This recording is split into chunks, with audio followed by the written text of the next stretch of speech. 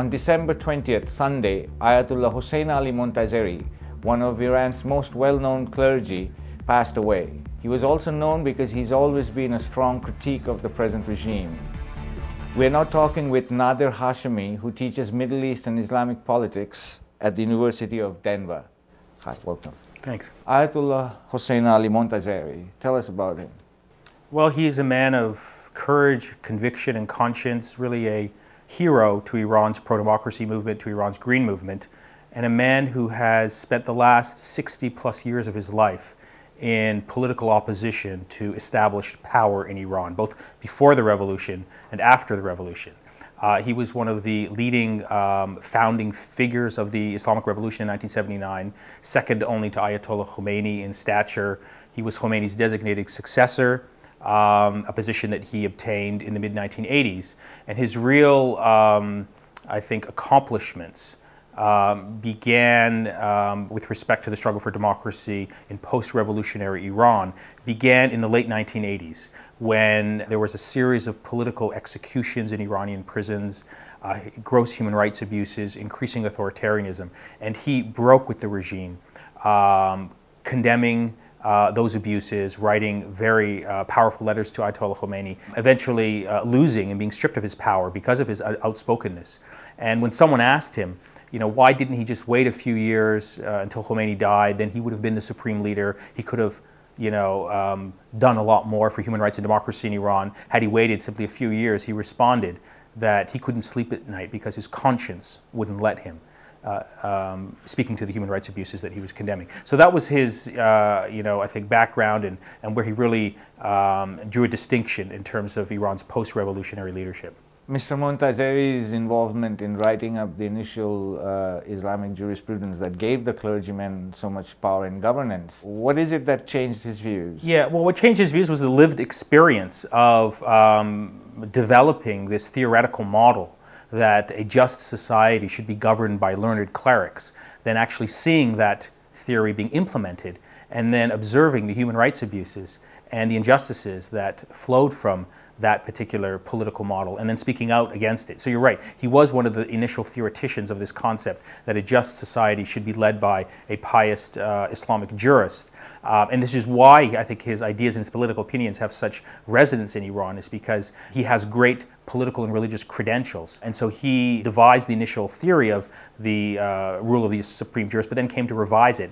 And over the course of the last 2 decades, came to develop a democratic sort of rooted thesis that still stuck to this idea that there should be some relationship between religion and politics, but was heavily infused with more democratic and human rights sort of norms and ideas that he wanted to see implemented in Iran. Power from the people, not from God. Right, and that was his constant refrain, that the people are the ones who should decide Iran's political destiny. And his idea was that, look, when I devised this idea of clerical involvement in politics, my initial views, where I'm quoting him now, was that the cleric should simply act as an advisory board, not directly assume political power and rule. And he thought that balance had been overturned, and he was trying to sort of readjust the balance by emphasizing popular sovereignty. Being a clergyman and in a position of power in that sense, promoting alternate viewpoints towards a more democratic governance, how did he impact the opposition movements or the growing process of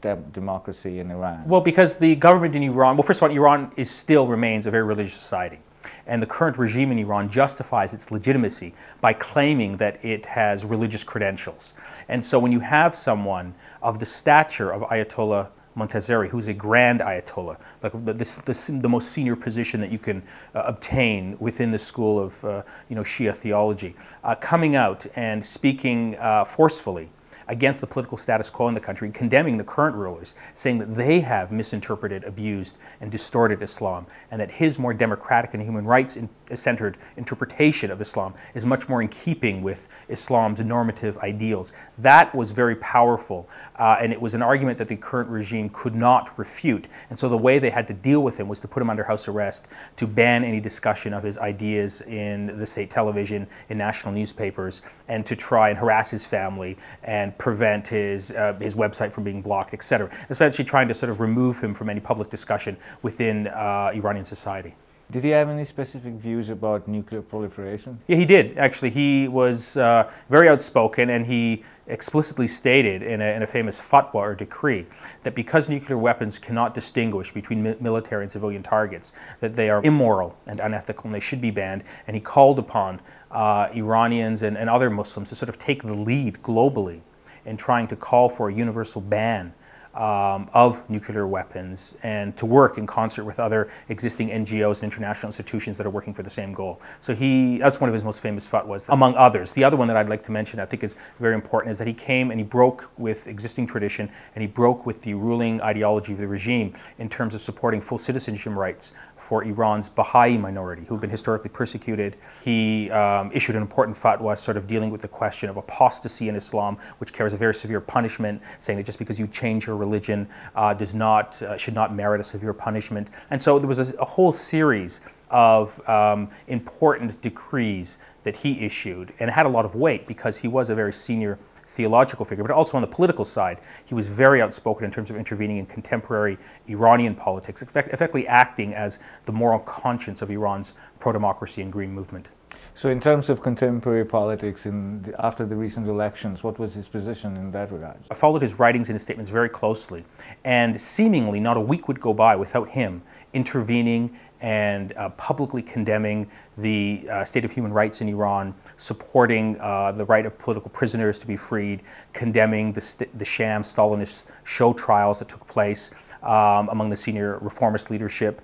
Really on every sort of major issue you can think about with respect to these elections, he really articulated many of the grievances that millions of Iranians had with respect to the June 2009 stolen election. And what was his opinion about Mr. Ahmadinejad? Well, he thought he was a usurper president. He thought the election itself was fraudulent and viewed him as being sort of just the embodiment of the worst aspects of the Islamic and Republican system that ironically he played an important role in setting up, but then came to regret the provisions in the Constitution that he played a role in devising and implementing and passing, and over the course of his later years tried to sort of democratize those ideas and tried to promote a democratic and sort of human rights oriented interpretation of Shia Islam. His ideas are very popular, particularly among a younger generation of clerics who are rising through the ranks, because they're more in keeping with global trends. Seems like a voice of reason. Yeah, a voice of reason, a voice of rationality, and someone who's really sort of